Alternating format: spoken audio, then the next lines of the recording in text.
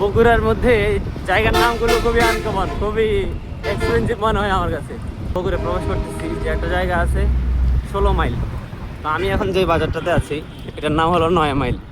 নাম ভালোই মজা লাগে। আসসালামু আলাইকুম রহমতুল্লাহ, শুভ সকাল বাংলাদেশ। আমি এখন আছি বগুড়ার শেরপুরে। ইনশাল্লাহ আমার আজকের গন্তব্য হবে বগুড়া শেরপুর থেকে হয়তো রংপুর, আর যদি শরীর ভালো থাকে তাহলে ইনশাল্লাহ সৈয়দপুর। তো পুরো সময়টা আমি আল্লাহ তাআলার সাহায্য চাই, আপনাদের দোয়া চাই। চলুন তাহলে আমরা এক্সপ্লোর করি।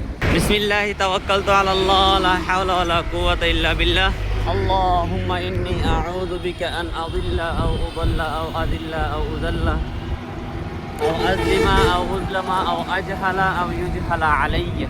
বগুড়ার মধ্যে জায়গার নামগুলো খুবই আনকমন, খুবই এক্সপেন্সিভ মনে হয় আমার কাছে। কালকে দেখছিলাম যখন বগুড়ে প্রবেশ করতেছি, যে একটা জায়গা আছে 16 মাইল। তো আমি এখন যে বাজারটাতে আছি এটার নাম হলো 9 মাইল। আরও কয় মাইল দেখতে হয় আপনাদেরকে জানাবো ইনশাআল্লাহ, দেখতে সাথেই থাকতে হবে।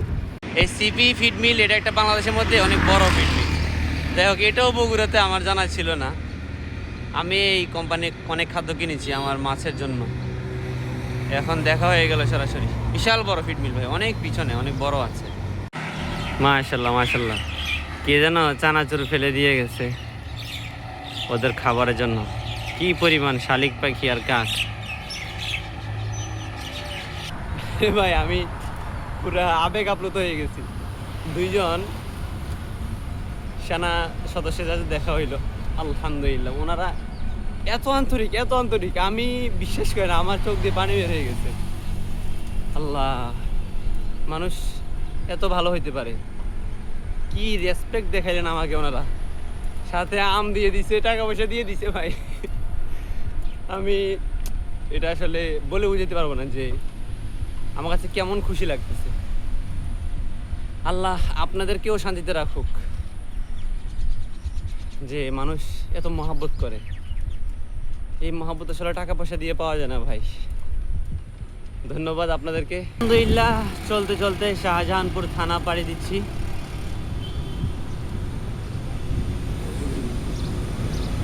এটা একটা নদী, আমি নদীর উপরে ব্রিজে দাঁড়িয়ে আছি। এই নদীর নাম হলো ভদ্রাবতী নদী। যদিও তেমনটা পানি নেই, পানি মানে বহমান না, থেমে আছে, কম পানি আর কি। আমি এখন বগুড়ার মধ্যে সবচেয়ে বড় একটা মোড়ে দাঁড়িয়ে আছি। এই মোড়টা দিয়ে ওই দিক দিয়ে হলো শহরে যায়, আর আমি যাব রংপুরের দিকে। মজার বিষয় হলো এখানে পিছনে দেখা যাচ্ছে বাংলাদেশ মোটেল বগুড়া, পর্যটন মোটেল বগুড়া। আমার এখানে থাকতে দিলে তো হইতো ভাই, কষ্ট কম হইতো। যাই হোক, এবার চলবো রংপুরের দিকে। আমি এখন রংপুরের দিকে যাচ্ছি। সামনে এটা সোজাটা হলো রংপুর, আর এটাই সেই নাটোর রোড। নাটোর এখান থেকে দেখাচ্ছে 64 কিলোমিটার।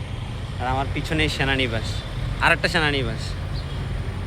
যাক, বগুড়ার এই সাইডটাতে এসে ভালো আছে, খুবই উন্নত, আর মানুষের ব্যবহারও খুবই সুন্দর। আমি এখন কুতুবদিয়া ফ্লাইওভারের উপরে আছি, আর পাশেই হলো বগুড়ার কেন্দ্রীয় বাস টার্মিনাল। মাশাআল্লাহ বড় আছে, বিশাল বড়। আসলে এখান থেকে অনেক জায়গায় গাড়ি চলাচল করে, তো এই জন্য বাসের সংখ্যাও বেশি, আর টার্মিনালটাও অনেক বড়। ওই যে ওইদিকে একটা তিক্ত বাস্তবতা বলি, যে মানুষ যদি চায় সে সবই পারে। দেখেন, আমি সকাল সকাল বের হওয়ার জন্য ফজর নামাজ পড়ে তারপরে বের হচ্ছি। তাহলে আমার বের হওয়ার প্রতি আগ্রহ আছে, নামাজের প্রতি আগ্রহ আছে বিধায় আমি উঠতে পারতেছি। কিন্তু এই যে আমরা মাঝে মাঝে অলস হয়ে যাই, নামাজ পড়তে চাই না, বলি যে ঘুম থেকে উঠতে পারি না, এটা মূলত অবহেলার কারণে। আর নয়তো আপনার যদি আজকে চিন্তা থাকে যে আমার ফ্লাইট আছে আজকে সকাল 4টায়, তাহলে আমি ঠিকই 4টার আগে উঠে যাব, কারণ আমার ফ্লাইট আছে, ওইটার প্রতি গুরুত্ব আছে। ঠিক তেমনই নামাজের প্রতি যদি আমরা এমনভাবে গুরুত্ব দেই, আশা করি আমাদের কোনো নামাজই কাজা হবে না। এটা আমার জন্য সবচেয়ে বেশি প্রযোজ্য, আপনারাও ট্রাই করে দেখবেন ইনশাআল্লাহ। একই ফ্রেমে দুই যাযাবর। এই যে দেখো, চাচা আমার মতো পতাকা নিয়ে করে, আমরা দুজনেই যাযাবর। আমি এখন দাঁড়িয়ে আছি বগুড়া 3 মাথা। এই যে এখানে একটা বিমান দেখা যাচ্ছে, অর্থাৎ এই পাশেই বিমান বাহিনীর ক্যাম্প রয়েছে। ওই দিক দিয়ে বগুড়া শহরেও যায়, আবার 7 মাথা যায়। বগুড়া যে প্রসিদ্ধ 7 মাথা আছে, ওটা অনেক ভিতরে দিয়ে যাইতে হয়। তো আমি যেহেতু রংপুরের দিকে যাব, অতএব আমার ওদিকে যাওয়ার প্রয়োজন নেই। স্থানীয় একজন বলল এখানে মোমেন্ট পার্ক নামে একটা জায়গা আছে, খুবই সুন্দর যাওয়ার জন্য। চিন্তা করলাম কোথাও তো ঘোরা হইলো না, যেহেতু সুন্দর বলেছে একটু দেখে আসি জায়গাটা। আচ্ছা, মোমো ইন, উনি বললো মোমিন, momo in. Continue for 1.5 kilometers. আচ্ছা, ভিতরে যাওয়া যাবে? In 200 meters, turn left toward Momo Inn Road. একজন বললো ভিতরে যাওয়া যাবে, সেজন্য আর কি। কে বললো বাইরে? হ্যাঁ হ্যাঁ, বাইরে কথা মতো আমাদের চলবি, আমাদের কথা মতো। তাহলে এখানে ঢুকতে কি লাগে? এখানে সাইকেলে ঢোকা যাবে না, এমনি সাইকেল সাইডে পার্কিং করে ঘুরে আসতে হবে। টেকনাফ থেকে শুরু করছেন? হ্যাঁ, সাইকেল তো হারিয়ে ফেলবো। তেঁতুলিয়া হেঁটে গেছিলেন? হেঁটে যাই সাইকেল নিয়ে। তেঁতুলিয়া গেছিলেন? না, যাবো আর কি। যদি হেঁটে যাই সাইকেল নিয়ে, সাইকেল এখানে রাখতে হবে। এটা আর কি মোমো ইন, কিন্তু সমস্যা হলো সাইকেল নিয়ে ঢোকা যাবে না, তাই সাইকেল বাইরে রেখে যাচ্ছি। ভিতরে ভিতরে সুন্দরই দেখা যাচ্ছে। এটাই মনে হয় আসল কাঠবিড়ালি, আর আমরা যেগুলো দেখি এগুলো তো সুন্দর না। কি সুন্দর, ও কিউট, মাশাআল্লাহ।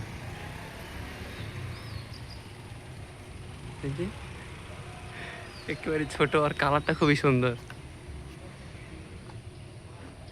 এই যে আমাকে দেখে পালাচ্ছে পুরা। রে ভাই রে ভাই, আমার তো মন চাইছে সেটা ধরার জন্য। মাশাআল্লাহ। এই পার্কটার নাম মোমো ইন। এখানে অনেকগুলো রাইডার আছে, যেমন কেবল রাইড, তারপরে নাগরদোলা। আমাকে এক লোক বলতেছিল যে বগুড়া যেহেতু আসছেনি, এই জায়গাটা ঘুরে যান, সুন্দর। আসলে পরিবেশটা খুবই সুন্দর, বিদেশ একটা ভাইব আছে এখানে, খুবই উন্নত, একদম পরিষ্কার পরিচ্ছন্ন। আমি একটু ঘুরে ঘুরে দেখবো ইনশাআল্লাহ। এদিকে সবগুলো দোকান সারিবদ্ধভাবে লেকের ওই পাশে সবগুলো, আর সামনে দিয়ে সুন্দর সারিবদ্ধভাবে নারকেল গাছ। কেবল কার জোনটা অনেক বড় মাশাআল্লাহ। এই উপর দিয়ে গিয়ে এদিক দিয়ে, ও বাবা, অনেক দূরে। সুন্দর একটা নাগরদোলাও দেখা যাচ্ছে, সুন্দর পরিবেশ মাশাআল্লাহ, নিরিবিলি। 11টার দিকে খুলবে আর কি। আসলে ভিতরে যেমনটা ভাবছিলাম তেমন না, এমনিতেই সুন্দর, তবে যেভাবে বলতেছিল ওইরকম কিছু না। এটা হলো একটা রিসোর্ট আর কি। তো রিসোর্টের পাশে একটা পার্ক রাখা হয়েছে। পার্কটাতে আপনি প্রবেশ করতে হলে টিকিট দিয়ে প্রবেশ করতে হবে, সেটা স্বাভাবিক। তবে ততটা সুন্দর না, আহামরি না। তাদের জন্য ঠিক আছে, আমাদের কুমিল্লায় তো এমন অসংখ্য পার্ক রয়েছে, আমাদের জন্য এটা একটু নর্মালি মনে হলো আর কি। ঢাকা বিশ্ববিদ্যালয়ের বাস, ঢাকা থেকে বগুড়া, অর্থাৎ তারা বিশ্ববিদ্যালয়ে যে ছাত্রছাত্রীরা আছে তাদেরকে এখান থেকে নিয়ে যাবে। এটা খুবই সুন্দর উদ্যোগ, যেটা ঈদের সময় তারা করে থাকে প্রতি বছর। আমার পিছনে রয়েছে মহাস্থান মাজার, আর একটু পিছন দিয়ে ভিতরের দিকে 2 কিলোমিটার গেলে মহাস্থান জাদুঘর। কিন্তু যেহেতু এখন সকাল সময় খুলবে না, আর আমার টাইমটা লস হবে যদি আমি ওখানে গিয়ে দাঁড়ায় থাকি। আর এখানে না যাওয়ার কারণ হলো মাজারে যাওয়া, সেজদা করা, এগুলো সম্পূর্ণ শিরক বিদআত। তো সেজন্য আমি এখানে যে কোনো ফায়দা নেই। হ্যাঁ, মাজারে যিনি শুয়ে আছেন উনি হয়তো আল্লাহর ওলি হইতে পারেন, সেই জন্য আমরা ওনার জন্য দোয়া করতে পারি। কিন্তু মাজারে গিয়ে সেজদা করা, মান্নাত করা, এগুলো সম্পূর্ণ শিরক বিদআত। সেই জন্য আর ওখানে যাচ্ছি না। আমি আমার রোডে সোজা রংপুরের উদ্দেশ্যে যাচ্ছি। দোয়া চাই।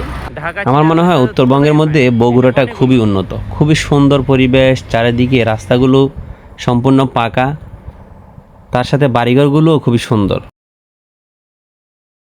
উত্তরবঙ্গের রাস্তাগুলো যেমন সুন্দর, তবে খাওয়া দাওয়া সব জায়গায় পাওয়া যায় না। বিশেষ করে ডাব কালকেও খেতে পারিনি, আজকেও খেতে পারলাম না। কি করা যাবে, তাও চলতে তো হবে। পিছনে আমার দেখা যাচ্ছে হিলি বন্দরের রোড। হিলি এখান থেকে 60 কিলোমিটার, 5 বিবি। এটাও আসলে হিলি বন্দরে যাওয়ার খুব ইচ্ছা, তবে একদিন যাব। আজকে যেহেতু আমার শুধু রোডে সফর শেষ করব, ইনশাআল্লাহ কোনো একদিন প্রতিটি জেলায় ঘুরে ঘুরে দেখাবো আপনাদেরকে। রে ভাই জায়গার কি নাম? ফাঁসি তলা।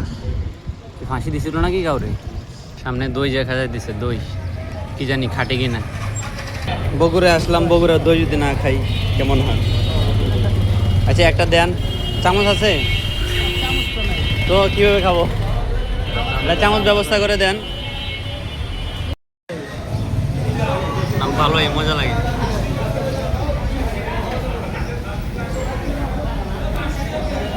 আরে ভাই কখন যে বগুড়া পার হয়ে গাইবান্ধা চলে আসছি সেটাই জানলাম না।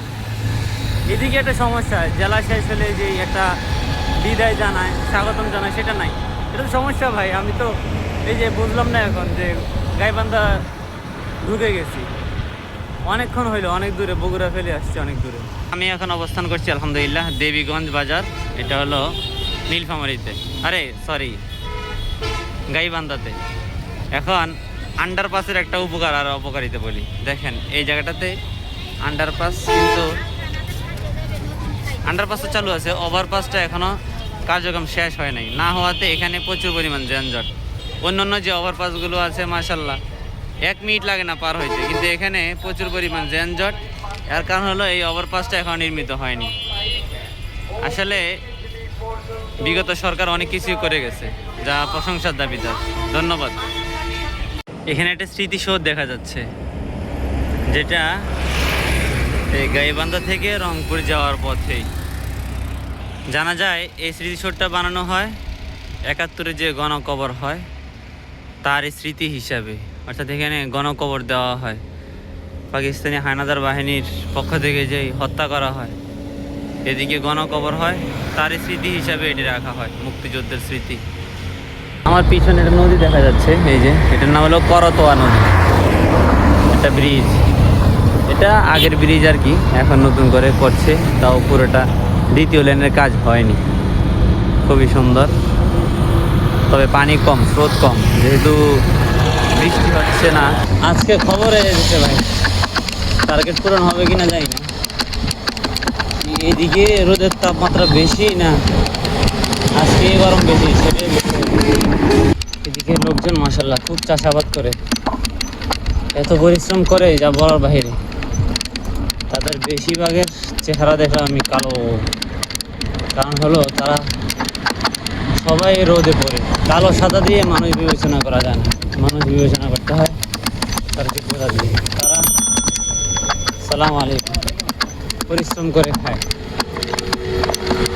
আর যারা সাদা চামড়া মানুষ, যদি তারা কলম দিয়ে খোঁচা দিয়ে মানুষের টাকা লুটপাট করে খায়, এর চেয়েও তারা 1000 গুণে ভালো।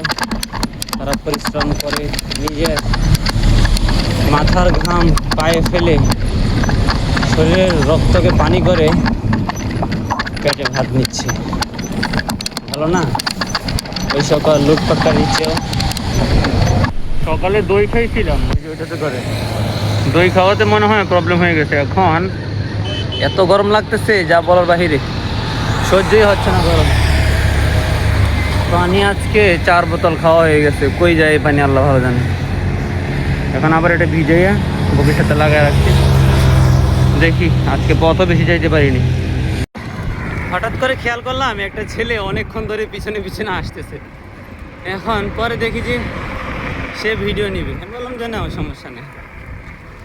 এখন হঠাৎ করে দেখি আবার সেটা স্পিড নিয়ে আসছে, নিয়ে এসে আমার হাতে ধরিয়ে দিল। আরে ভাই স্পিডটা বেশি দামি না, কিন্তু এই ভালোবাসাটা আমার কাছে অনেক কিছু। মানুষ আন্তরিকতা দেখায়, ভালোবাসা দেখায়। ধন্যবাদ রইল ভাইয়া তোমার জন্য। প্রিয় গাইবান্ধা, ইনশাআল্লাহ একটু পরে গাইবান্ধা ক্রস করছি, দোয়া করবেন, ভালো থাকবেন। এখন আছি দাপের হাট, এই আন্ডারপাসে আর কি। আঙ্কেল নিজে হাতে তৈরি নাকি এগুলো? মার্শাল্লাহ। এদিকে মার্শাল্লাহ সব জায়গায় দেখছি সবাই মিষ্টি বিক্রি করছে রাস্তার পাশেই, খুবই সুন্দর বিভিন্ন আইটেমের মিষ্টি। তবে খুশির বিষয় হলো আলহামদুলিল্লাহ এখানে ডাব পেয়েছি। ডাবের একটা চাহিদা ছিল, লম্বা পথ, আলহামদুলিল্লাহ। এখন ইনশাআল্লাহ আজকে রংপুর যাওয়ার কথা ছিল, কিন্তু রংপুর যাব না, আজকে নীলফামারী পৌঁছে যাবো আল্লাহ যদি সহায় হন। আলহামদুলিল্লাহ ধাপে ধাপে ধাপের হাটও পার হয়ে গেলাম। একটা আশ্চর্যের বিষয় হলো এদিকের মানুষ এখনও খুবই সহজ সরল, তাদের মন মানসিকতা এখনও চাকচিক্যতায় জায়গা করে নেন। এর কারণ হলো তারা স্মার্টফোন ইউজ করে না। আমার মনে হয় এখনও বেশিরভাগ মানুষ, ধরেন 60% মানুষ এখনও স্মার্টফোন ইউজ করে না, বাটন ফোন ইউজ করে। এটা প্লাস পয়েন্ট। আমার মনে হয় এই ধরনের মানুষের কাছে যদি দিনের দাওয়াত পৌঁছানো যায় তাহলে সবচেয়ে বেশি ভালো হবে। দেখেন এই জায়গাগুলোতে খ্রিস্টান মিশনারিরা বেশি কাজ করে থাকে। তো দাওয়াত ও তাবলীগের যারা কাজ করেন তারা যদি এই জায়গাগুলোতে বেশি মেহনত করেন, ইনশাআল্লাহ দাঈ ইলাল্লাহ বেশি বেশি বের হবে, নবীর সাচ্চা উম্মত বের হবে ইনশাআল্লাহ। আলহামদুলিল্লাহ এই মুহূর্তে পার করছি মাদারহাট, পীরগঞ্জ, রংপুর। মানে আমি গাইবান্ধা ক্রস করে ফেলেছি, এখন আমি রংপুরে প্রবেশ করলাম। আলহামদুলিল্লাহ দেশে সবচেয়ে বেশি শাকসবজি হয় আমার মনে হয় রংপুরে। দেখেন চারপাশে শশা, ভুট্টা, মোট কথা যত ধরনের সবজি আছে সব আমার মনে হয় এই দিক থেকে সাপ্লাই হয়। আসলে তারা যদি কাজ না করতো আমরা না খেয়ে মরতে হইতো। টাকা দিয়ে কি হবে যদি শাকসবজি নাই থাকে। মাশাল্লাহ দেখেন এই সব বিশাল বড় বড় মাঠ, এই সব ভুট্টা ক্ষেত, আর ওই যে নিমতানা কি বলে লম্বা লম্বা শশাগুলো যে ওগুলো। আলহামদুলিল্লাহ এখন পীরগঞ্জে আছি, তবে কন্ডিশন খুবই খারাপ, একদম ঘামাইয়া পুরো শরীর ভিজে গেছে। মনে হচ্ছে যদি 2-3 ঘন্টা ঘুমাইতে পারতাম ভালো হইতো। তবে চেষ্টা করবো কোনো একটা মসজিদে গিয়ে একটু বসে থাকার জন্য নামাজটা পড়ে। আর এখন আজানও দিয়ে দিচ্ছে, প্রায় 1টা বাজে। আমি আসলে আমার রুলস মেনটেন করছি না। এর কারণ হলো মন চাচ্ছে যে তাড়াতাড়ি শেষ করে বাড়িতে যাই, তারপরে রেস্ট করি, কিন্তু এটা দ্বারা ক্ষতি। দেখেন আমি প্রথম রুলস মেনটেন করেছিলাম, দুপুরবেলায় চালাইনি, তারপরে 3টার পর থেকে আবার চালাইছি। কিন্তু আজ কয়েকদিন মানে এত ভাল লাগতেছে, আসলে মনে শক্তি পাইতেছি। এটা আসলে আল্লাহর রহমত ছাড়া কিছু না। শক্তি পাইতেছি জন্য ধুমতে চালাইতেছি, আবার ক্লান্ত হয়ে পড়তেছি। যেমন পা খুব ব্যথা করে কিন্তু চালাইতেছি, চালানো মিস নেই। তো দোয়া করবেন, আল্লাহর সাথে সহায় হন।